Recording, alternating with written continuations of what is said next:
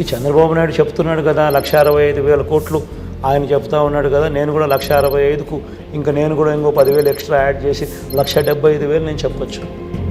చెప్పడం చాలా ఈజీ.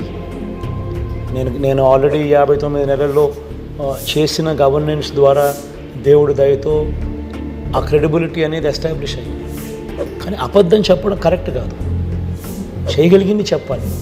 రాష్ట్రంలో ఏ మేరకు వనరులు ఉన్నాయి, ఏ మేరకు వెసులుబాటు ఉండేది అనేది నేను మ్యాక్సిమం స్ట్రెచ్ చేస్తే, ఎక్కడ కరప్షన్ లేకుండా చేస్తే, ఎక్కడ లంచాలు వివక్ష లేకుండా డీబీటీ పద్ధతిలో మ్యాక్సిమం చేస్తే, మొత్తం బడ్జెట్లోకి స్ట్రీమ్ లైన్ చేస్తే మనం చేయగలిగేది ఇంతకన్నా ఎక్కువ వెసులుబాటు లేదు.